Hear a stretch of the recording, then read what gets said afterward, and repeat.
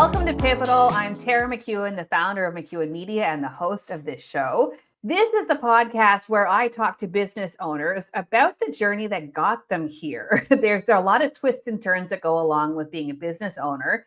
And these twists and turns, they're part of the journey, but they're also part of what makes you a better business owner and what makes you a stronger business. Sometimes the pivots lead to the wrong thing, but that actually leads you to the right thing. And that's the story we're going to get into today with Amanda Laird. Amanda Laird is a communication strategist and founder of Slow and Steady Studio, where she works with solo creative entrepreneurs and feminist organizations to do just enough marketing. Music to my ears. She is the author of Heavy Flow, Breaking the Curse of Menstruation, published by Dundurn Press, and was previously the host of the Heavy Flow podcast. Use your words, Tara, from 2017 to 2020. So please welcome to the stage, Amanda Laird. Hi, Tara. Thank you so much. Oh, well, thank you so much for being here. There's so much about your journey that I love it. I can't wait to get into it. But how I like to start these conversations is just asking, like, what is your business now and how do you feel about your business today? Like today? Because I mean, that might be different tomorrow. So today I'm predominantly supporting solo, service-based, creative entrepreneurs. I like to describe them as folks who are doing their own thing, building their own business, their own way. And I work with them a little bit on business strategy and also on their marketing communications strategy and provide some advisory support along the way. And I still also work a little bit in a more traditional communications consulting way with organizations as well. Which is nice. And how I feel about my business. I mean, 2025, need I say more?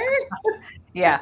I was reading 2024 was the year where a lot of businesses and industries were saying we're going to survive until 2025. Now it's like we're going to survive this week of 2020. 100%.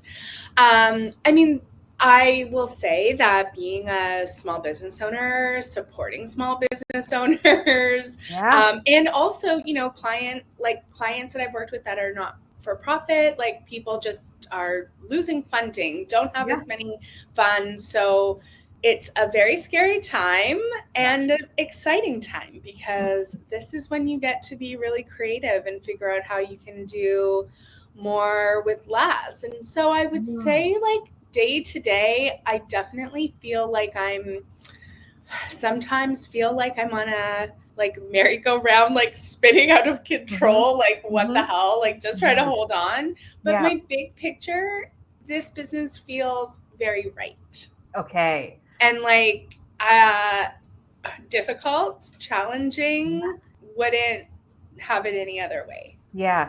And I think that feeling right, that feeling aligned is so key. And that's actually the pivotal part, I think, for businesses of all sizes that are working to survive right now. Like even, similar experience, right? I'm a solo business owner serving a lot of other solo business owners. And I've been feeling the tightening of their budgets for a long time. Marketing is kind of the first budget to get cut. But I also know that especially in this current climate of, tariffs and trade wars and just general uncertainty of what the future is going to bring, businesses, like industries, businesses of all sizes are feeling the contraction. They're feeling the pinch, and I find a lot of comfort for me knowing that the things that I'm doing with my business from a strategy standpoint, from a messaging, and just from a simple realignment, the big guys are doing that too. The big businesses are doing this too. To me, it is like what feels right now, because no one knows what the future brings. So I love that. And so I want to kind of actually spend a little bit more time then with how the business feels today, because I think so many people are relating to what you're describing. You mentioned that it's difficult. So where are the spaces in your business that are difficult right now? That's such a good question. As a human who just doesn't like uncertainty, I find that it can often be difficult to have those days or those weeks where you're like, I have to make up my job today. Like, like I have to make up what my job is. So when you are in the flow and you've got projects and you've got client deliverables, that's easy because you know what your tasks are, you've got deadlines, you know what you're kind of doing. But when you're in that place where it's like, okay, maybe I have a little bit, it slowed down a little bit. I have a little bit more time. Now it's time to think about, what is this next campaign going to be? Or like, what is I need a new strategy for sales and outreach. That can be, I struggle a little bit more with that because that's when all the business feelings come out. Yes. Yeah. And, my business is called Slow and Steady. I founded in 2022, so not that long ago, but a lifetime ago. Yeah. And, I was reflecting this week on Slow and Steady and choosing to go slow when that is like a definitive or like a deliberate choice. To go against the status quo is one thing. But when it's slow because it's just slow. Yes. That is that is something different. And you're right. Yes. Learning to navigate that is a new curve. Yeah. When you control the slow, that was when you feel like you're in, because I've received similar messaging too, especially when I first started my business. All of it is about like fast growth and scale. And if you're not scaling, you're failing. About a year ago, I actually worked with a CEO where she was like, no, actually the best piece of advice that she got, and she runs like a huge company and a huge brand. She's like, you actually want to go slow so you can grow fast. She's like, you want to spend that time solidifying your foundation, because if you go fast and your foundation is a pile of sand, it's going to fall apart. Whereas if you go fast because you're building on a strong, solid foundation and you have systems that are in place and they work and you've tested everything, then you can actually accelerate because you spent the time to perfect the thing. But you're right, when the slowdown happens because of external factors, that is really, really hard. So I'm just, this is my way of saying I hear you, Amanda. I hear you and I'm with you. But you also said that this is an exciting time. So what is exciting about this time for you? Yeah. So, I mean, to me, I feel like this is a moment to really step in to my vision as a business owner and leader, right? Like, it's one thing, and I think this is also as a solo entrepreneur, right? And especially when it's a service, right? There's this, oftentimes what I have seen, and certainly this was also my own story, like I would put myself in this category. Like, we are starting our businesses because we want to do what we want to do. Yes. Right? Yep. And now that I have done that for 3 years, right? Great. I know a lot more than I did in 2022. Yep. And in the years that I spent dreaming and visioning of this business too. And now I have so much more data. And I have collected a lot more information with clients that I've worked with, people who have come to workshops, feedback that I have gotten on campaigns. And so now I feel like my task is like, okay, this isn't just about doing what I want to do. It's how can I meet the needs of the people that I want to work with? And there's some tension there, right? Because I want to do what I want to do, right? And, our moment is, well, maybe a solo entrepreneur doesn't have the budget to bring in long-term one-on-one advisory support, right?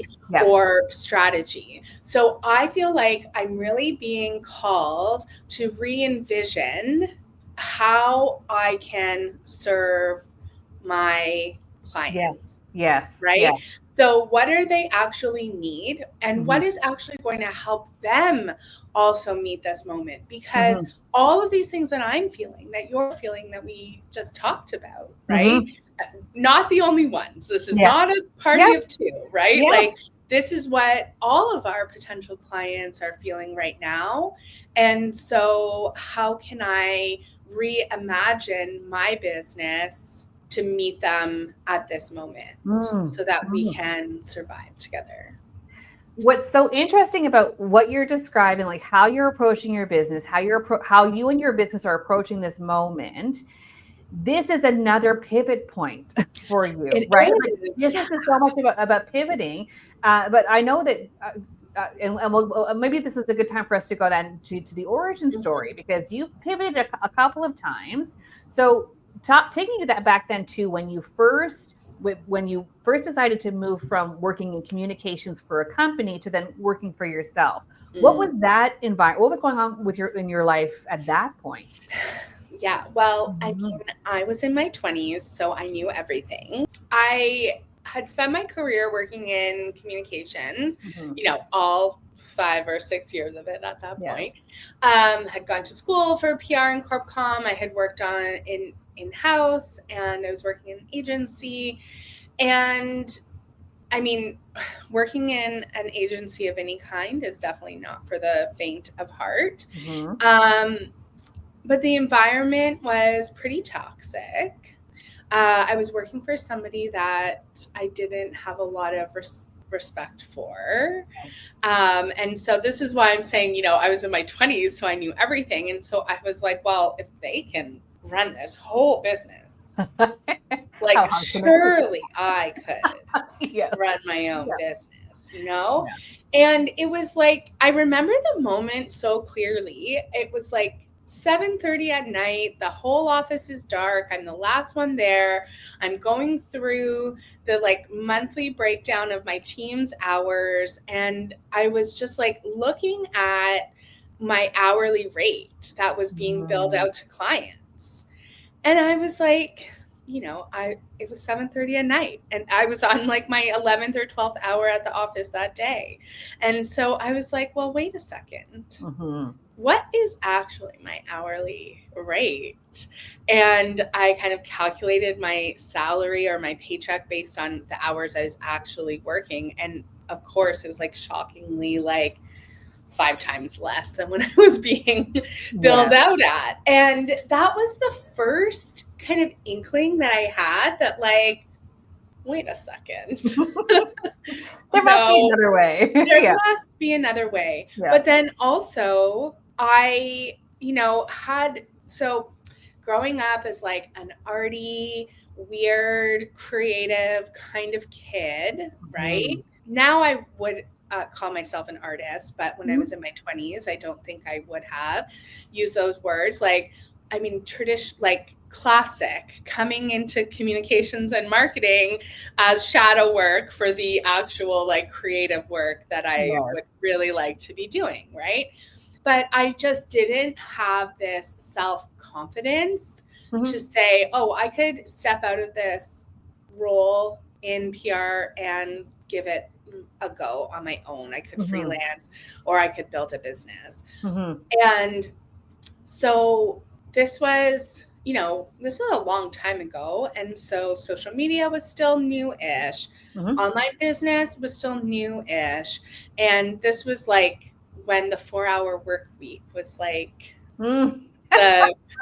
kind of was just starting to trend, right? And I was following a lot of holistic nutritionists who were building their businesses online. There wasn't a lot of them, but I was interested in holistic nutrition, following these nutritionists and seeing how they were, saying oh, I read the 4-hour work week, and that's how I've built my business.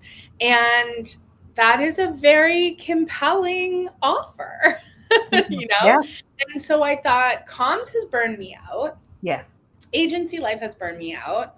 I'm smarter than any of these people. So I could definitely figure this out. but I don't want to do comms. I don't think I'm good enough to do comms. And so I'm going to go to school to become a holistic nutritionist, and I'm going to build that business. And then I will also feel much more fulfilled because I will actually be helping people and making a difference instead of writing press releases for enterprise technology. And I will be in much more helpful position. Can I interrupt you here? Because I think because I'm always curious with, like, what data are we basing our decisions on at different points in our lives, right? So thinking back to, like, of course, when you're 20, you're starting out. You actually don't know what the work world is like and how you want to be in that work world until you're in there. Exactly. So same thing, like, working in network television, I was told many times, well, you have to pay your dues. So I worked like a 3 a.m. shift. I worked weekends, I was also told that, when you work as a television producer, you get paid in experience, which is basically like you get to sometimes talk to a celebrity. Right. So that's kind of where the perks are. But again, not knowing any other way to create, not knowing any other way to be a professional creator, for me, at least, I stuck with it because I didn't know any other way. Here, though, you're in this agency position and you're like, this is not how I want to work. And then this other, like, if you think back to, the early days of influencer and just like the brand building in social media, that was the Wild West. So was it more this new commerce opportunity, or was it the holistic nutrition that attracted? Was it the subject, or was it the platform? I mean, I think it was both. Okay. Right? I think it was both. I have, looking back, now that I actually know everything, but now that I'm 42, looking back, I always felt called to be of service in my work. Right? Like, I wanted to do good. I wanted to help people. I wanted to make an impact, right? Whether that is like an inherent desire that I have, and those are my values and how women and young women are conditioned, maybe a little bit of column A and column B, but there was that desire. Yeah. And working in comms, at least on the clients or like the companies that I was working at, just wasn't it, right? Yeah. And so I also saw, and I mean, also it was diet culture, right? Like, oh, well, I could become a holistic nutritionist, and that's just going to like unlock my life, because then I can be my own boss.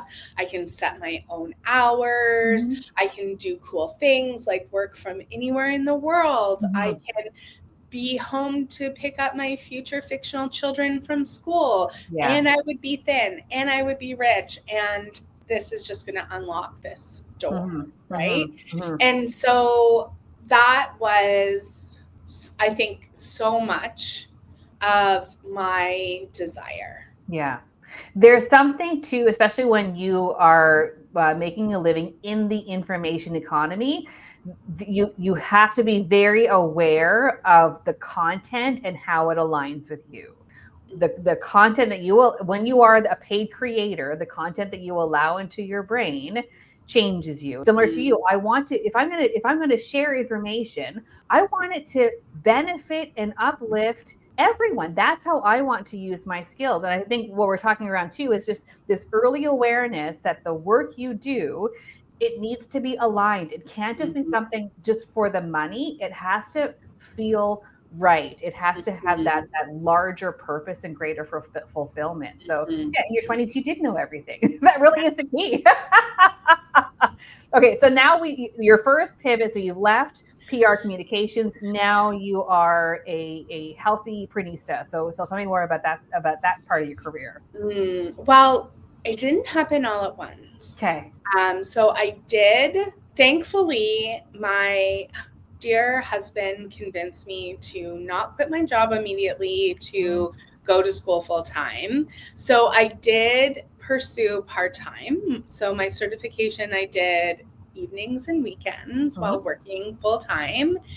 And I spent my last day in a full-time corporate job in August of 2015, and I was 37 weeks pregnant. I wrote my licensing exams to become a holistic nutritionist that week, finished up at my corporate job and went on mat leave, and then had a baby. Why change one thing when you can change everything? Okay. So what was described to me a typical, how it felt to be in that space where everything is completely upside down? And had a traumatic birth experience and almost died. So there was also that, that on top of it. And it was, at the time, it was so scary because I'm a millennial woman, so my entire identity was wrapped up in being a communications person, and then it was like, then it was being a communications person who's pivoting to be a holistic nutritionist, right? So work was so much of my identity, and so to no longer have that felt very strange and scary. And then to now be a parent and not immediately identifying as being a mother or a mom, right? And stepping into this new identity. And this was like the first time in my entire life that I had agency over my time when I was on maternity leave, right? I mean, as much as being a primary parent for an infant allows you to have agency over time, right? But I had never in my life ever had the time and space to decide what I was going to do today. To take a long walk, to have lunch with friends in the middle of the week. And I got so addicted to that, actually. And like, how did you manage that time freedom? Like, how did you structure your day? Because there's a lot of freedom, but there's also a lot of change happening. So how did you work through that? So, I mean, in the beginning, I wasn't thinking about building a business. I was really focused on taking a mat leave. So, you know, the first 6 or 8 months after my daughter was born, it was just, you know, baby time yoga and like circle time, nap traps, those types of things. And then as I started to have a little bit more energy, a little bit more time once those naps consolidated, and I started to work on launching my nutrition business. And of course, as a new mom, there's a lot of hunger for information around eating for energy, hormonal balance, you know, recovering from labor and delivery or breastfeeding. And so I've had a couple opportunities to kind of start building that business, did a couple of talks at some, you know, baby stores or like parent groups, those types of things, and started working on the online side of things kind of in earnest. And then once my daughter was a year old and that EI ran out, it was time to think about what happened next. And at the time, I just could not fathom going back to that full-time corporate job. And when I had left in 2015, I was pretty sure that my days were numbered, and that was kind of our family plan, that I would kind of get this nutrition business going. And like fast forward a year, I just could not imagine. And I didn't have full-time childcare. Like we live in downtown Toronto, so you know, the one waiting list that I put myself on, because I had no idea what I was doing, like didn't pan out. And so I started taking on some freelance communications and PR work while building that nutrition business. And all of that was really the kind of like part-time job, and the real dream and the real business was nutrition. I'm hearing a lot of slowing down in this pivot point. Like first there's the slowing down of your husband saying like, let's not rush the schooling, like do it part-time, keep your full-time job. We live in downtown Toronto. It's hard to, it's hard to run a household with a single income. So there's that practical side of it to begin with.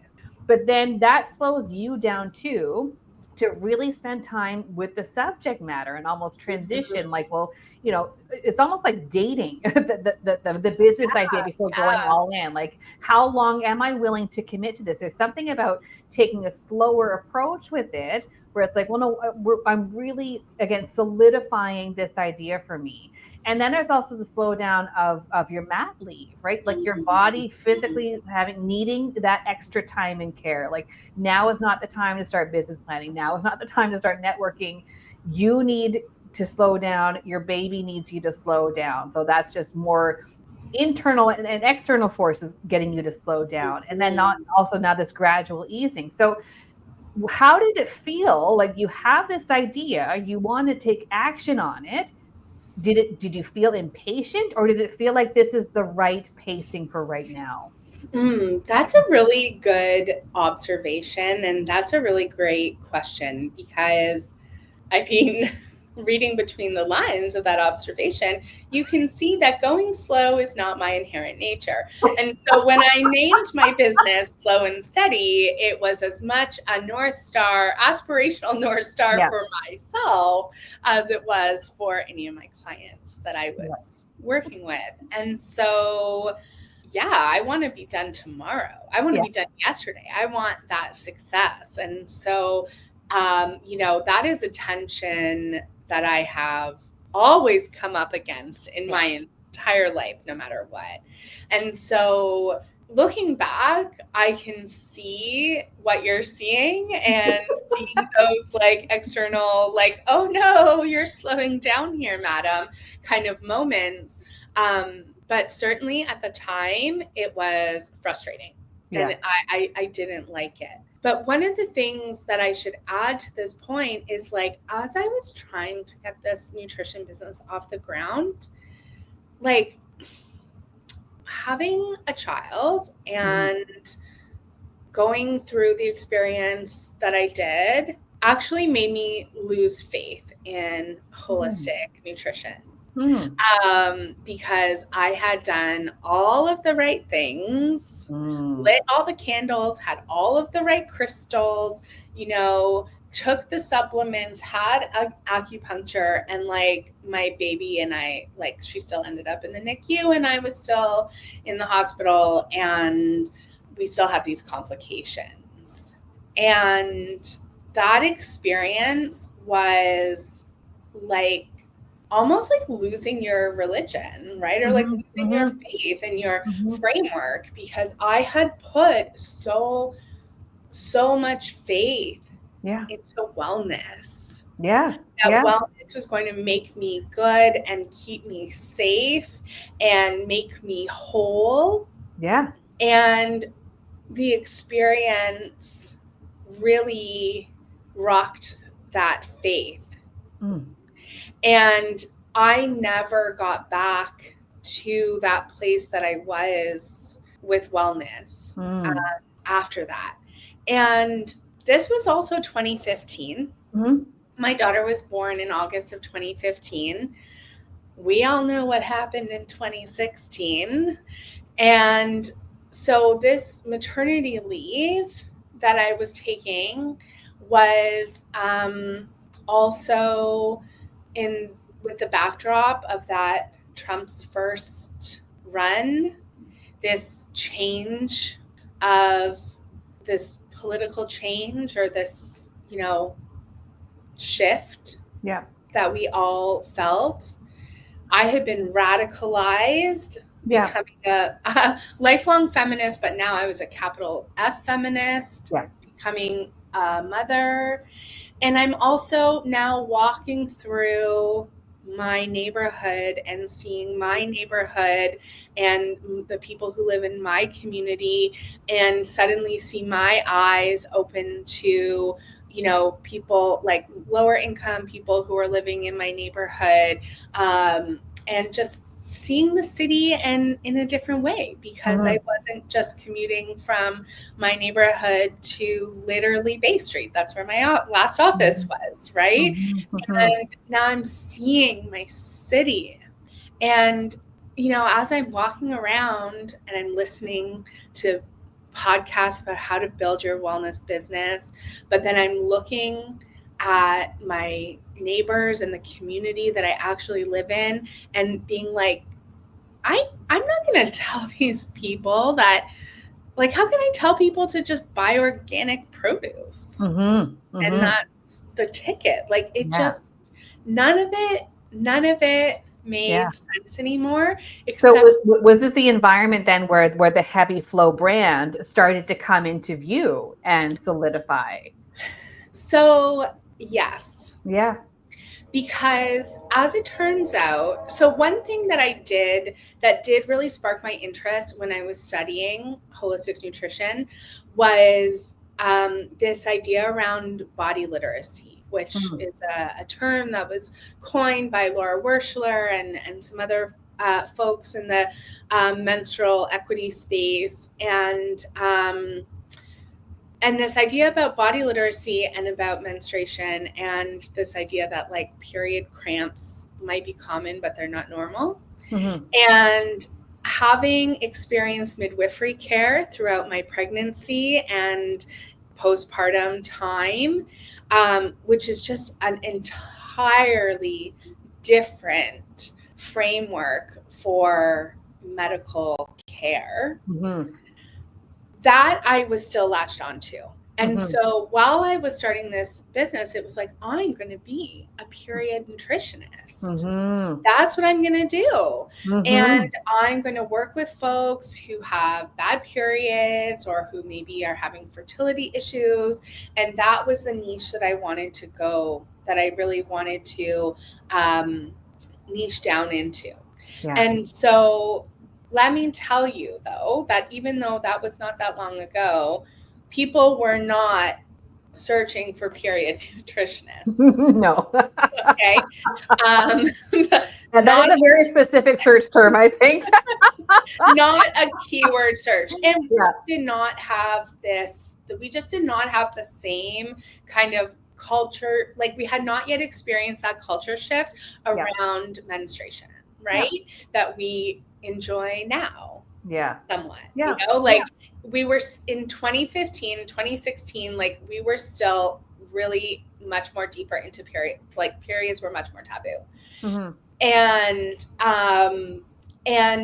so every so often I would get a client, mostly like my younger sister's friends, right?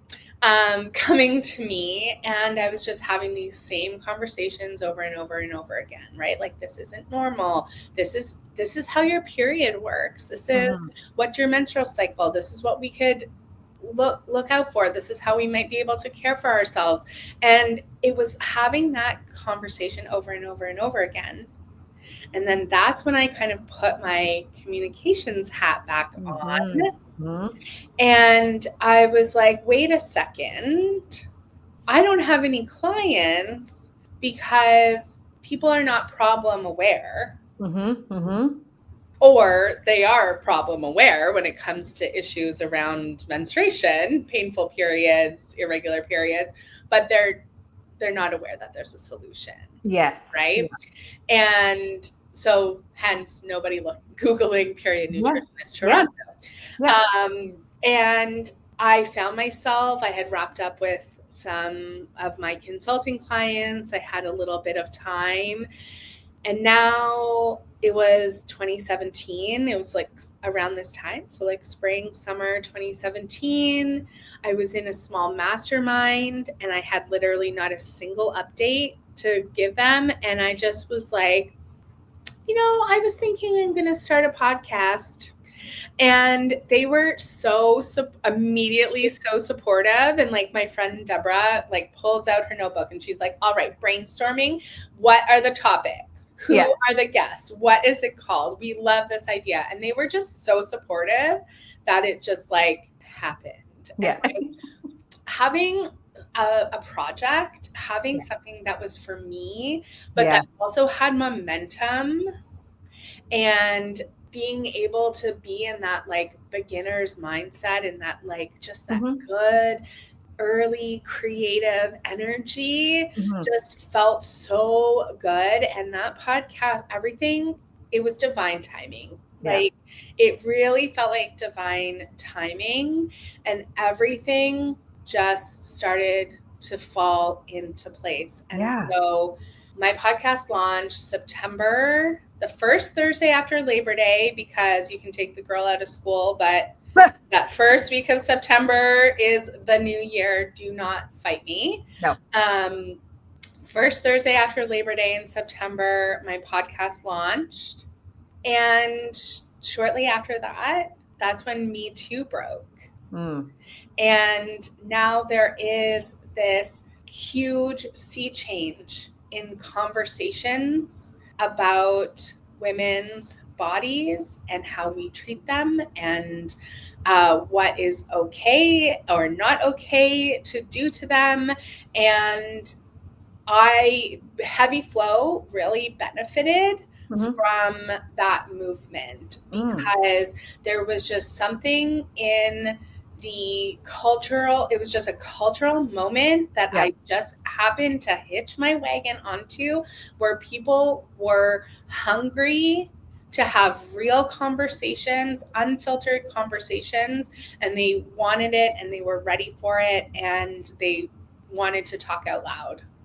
There are so many pieces of that journey that I think are so important in terms of counting all of that as market research. You're taking in all of this information, like there's the formal training, and then there's the formal business analysis, but then there's just who you are, being out in the world, taking in that information and distilling all of that inside you and saying, this is the impact that I can have. And if a business comes after that, fantastic. But this is the impact that I can have. There's something about that aligned, the creative, you talk about having the creative momentum behind the podcast. The podcast idea just brought all of this stuff together. This is the anchor point, and then everything follows from that. So then tell me then, once you had started the Heavy Flow podcast, what happened to that brand afterwards? Yeah. So, I mean, the original impetus for Heavy Flow, it was top of the funnel marketing, right? It was brand awareness and really positioning myself as a holistic nutritionist. And you would listen to that podcast, and it's Amanda Laird. I'm a registered holistic nutritionist, host of this podcast, right? And so that was my initial thought, was that I'm going to get clients. I will say, and I can say this objectively, like I was also I was a bad nutritionist. People pay a nutritionist because they want answers. They want you to tell them what to eat. And so what would happen is, I would sit down with my client. Sometimes I would see them in person, or we'd be talking virtually, and they would be like, so like, I drink a lot of coffee. Should I give up coffee? And I would say, I don't know. What do you think? Sounds like you're my kind of nutritionist. Do you think you should be giving up coffee? Like, let's unpack that. Does cheese make you happy, Tara? Do you really want to give up cheese? Yeah, like, I don't know. Do you think that? And I'm like, on my intake form, I would like ask this question that would be like, what do you think you need to do to be well? And that I would be like, yeah, this is a good idea. Like what you have put on this form. So like, I just wasn't good at it. Yeah. And partially because, I just like lost my faith in wellness, and I just wasn't that interested, because I was having these super provocative conversations with just like the coolest women I've ever met. And it was just so much more fun. Yeah. And the podcast, the podcast accidentally became a business. And I had, because as these things go, right, like you end up in the media database, now you're getting pitched, right? Now the communications coordinator at Diva Cup is like listening to Heavy Flow. So now I've got the CEO of Diva, Carolyn, on my podcast. And at the end, after that wrapped, like the communications person said to me, like, oh, we would love to coordinate with you. Would you, or like continue our collaboration? Like, would you want to sponsor? And I was like, well, yes, I'll send you my sponsorship package. Google how to make a sponsorship package for a podcast, right? And so, I mean, I never paid my mortgage with any sponsorship money from Heavy Flow by any stretch of the imagination, but I was able to pay a producer. Eventually got to have all my expenses, except for my time, covered by sponsorship. We did some fun things like, in the summertime, I would run reruns. And I would sell ads for like $50. And if I sold, 7 out of 10 ad spots, then the next 3 I would give to Black women entrepreneurs or anybody who just felt like they needed their brand to be boosted, right? And I got to do this fun stuff, and I got to really run this business in a way that was fun and aligned with my values. And there was somewhere in there, like eventually I started, because I also wrote a book in there, forgot that part, right? Also wrote a book in there, and like kind of felt like I had reached the end of the road of how many angles I could like put on this conversation. And get to the end and be like, oh, we're all fucked by capitalism and patriarchy. Like, there's only so many times. Like I had that, exactly. I had that conversation 111 times on Heavy Flow. And eventually you just, like, I had burnout from that. It started to make me feel like I wasn't actually making a difference. And like between 2017 and 2020, there was a huge cultural shift around menstruation. And Heavy Flow played a role in that.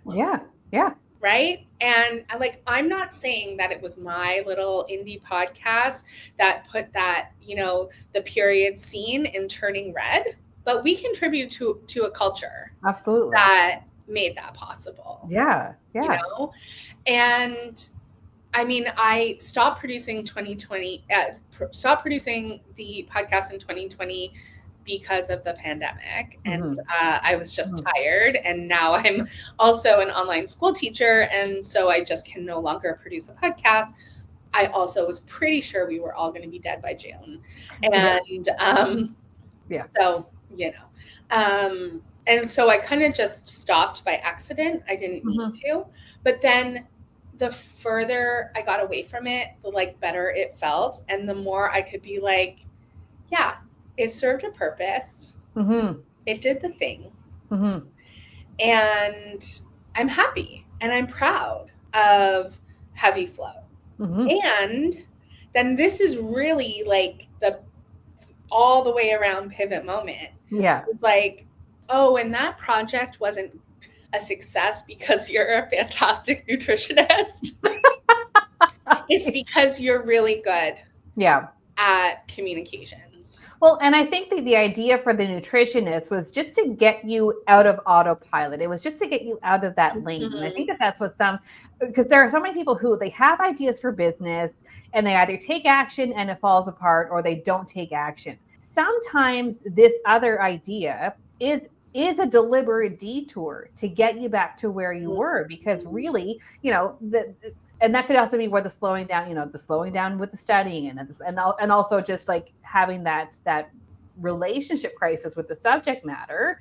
Holistic nutrition let you down. Do I now actually want to be part of moving forward that conversation? But then this other conversation emerged. I think that there's nothing wrong with, and I think too, what I'm hearing so much in your story is just being guided by, well, what feels right? How I am put on this planet to do something.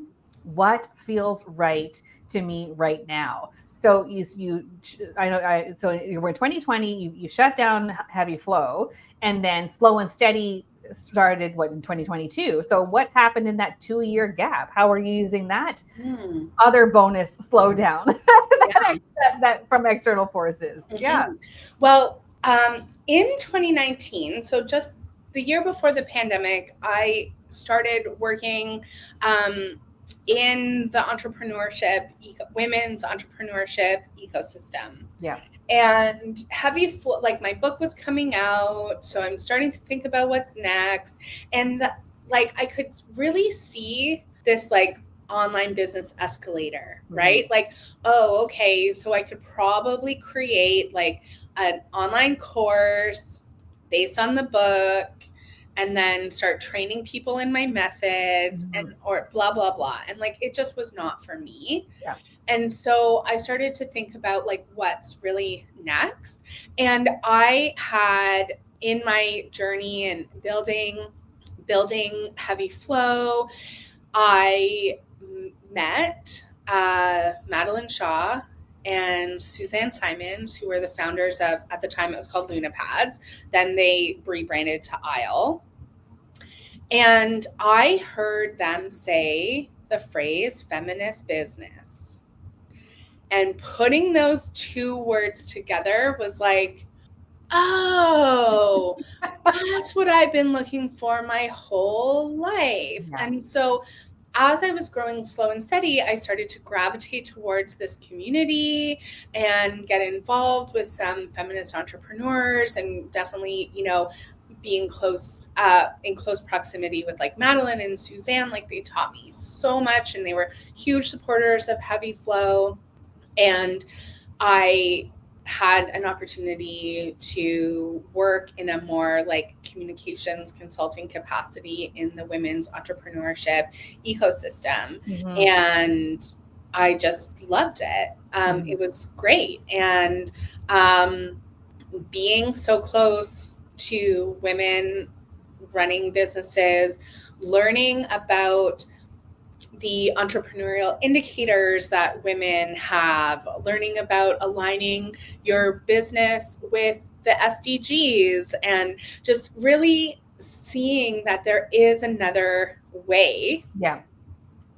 Which is what I think I sensed when I was in my 20s, being oh, well, if this bozo can run a business, definitely I can. I can do it my way. Yeah. And just really getting into that world. And so in 2020, after the pandemic hit, I started as a contractor working at the Diversity Institute in Ryerson, now TMU, at Ryerson, on the Women's Entrepreneurship Knowledge Hub, which is a research arm of the federal government's women entrepreneurship strategy. And I was working there. And by the end of 2022, I was the acting director of marketing and comms, started as part-time, couple of hours, and then was running the comms there.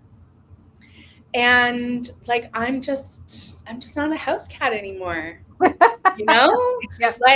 I've got to be freewheeling agency over my time. And so when my contract was up, I was suffering greatly from burnout. Yeah. And I needed time and space, and I needed to get back to that agency that I had when I was on mat leave, to take a long walk and to decide what I was going to do with my day. And I knew that I had learned enough between my freelance days, doing anything for money and comms, Heavy Flow, and then being in the women's entrepreneurship ecosystem, I was like, okay, I know what's next. Yeah. And that's when Slow and Steady. Oh, yeah. Was born. I love, and I myself being a burnout survivor, I know exactly the feeling of burning out. What I've learned though in the last couple of years though is that burnout isn't necessarily about activity or even energy output. Mm-hmm. It is the alignment. I am working more like longer hours with higher stakes challenges than I ever did in network television, but the fulfillment is so much stronger. I feel like the work that I'm doing is making a difference, whether people work with me or not. Like even, a conversation like this, someone is listening to this conversation and they're hearing exactly what they need to just calm down and slow, like do the slow down, like just slow down and just get right with what you're doing, because burnout is not, it's not energy, but it's misaligned energy. Yeah. You're putting out to more than what you're getting back in return. What I love too about your approach with slow and steady marketing is that you help entrepreneurs do just enough marketing because I think, especially, and I'm guilty of this too, you can fill your day. Now that you have autonomy, you have power over your schedule, you can fill it with a bunch of useless stuff that feels productive because it's building your brand. Yeah. Yeah. So what are some, in maybe in the final section of the podcast then, how can people detect if they're wasting their energy in marketing, and how can they course correct to do just enough? Yeah. That's a good question. I mean, are you getting the results that you want, right?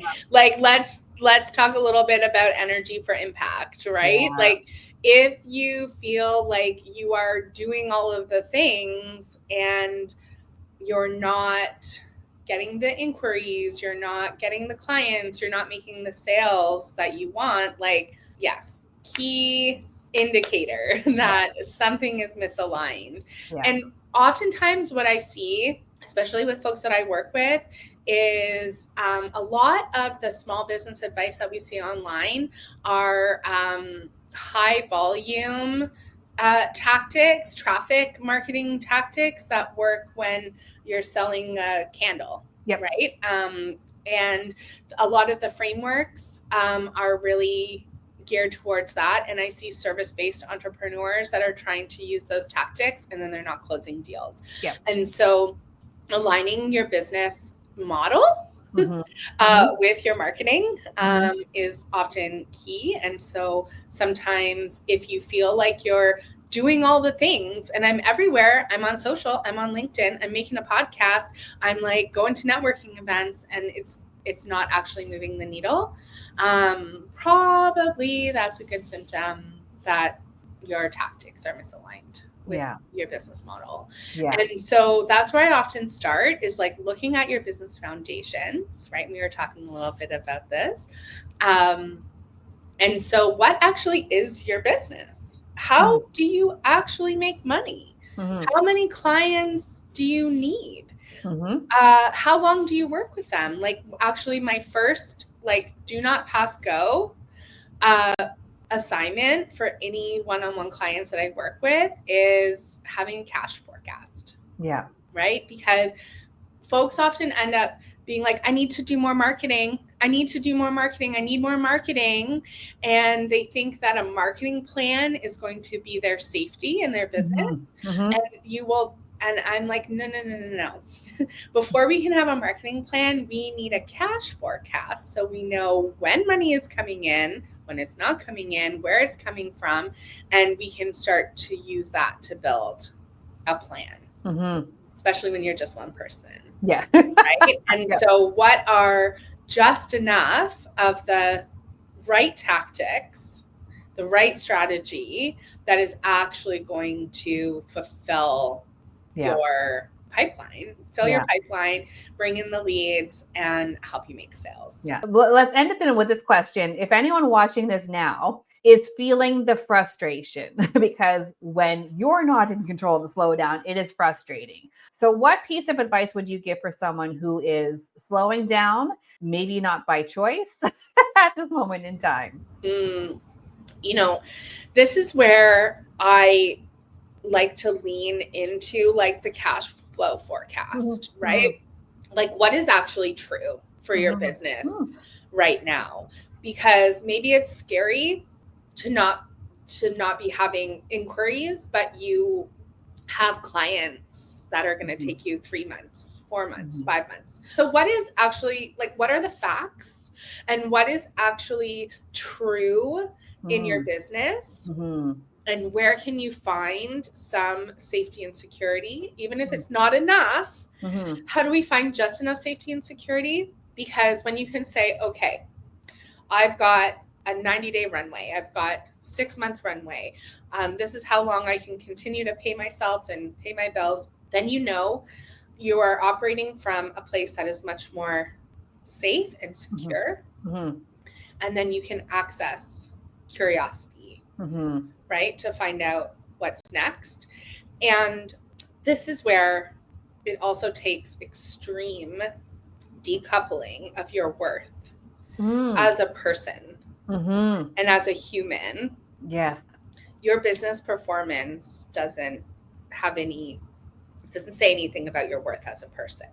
I could talk to you all day about communications, growth, marketing, energy. Amanda, if someone is if they've heard something that they love about you, where can people learn some more about working with you? Yeah, you can go to slowandsteady.studio. That's my website.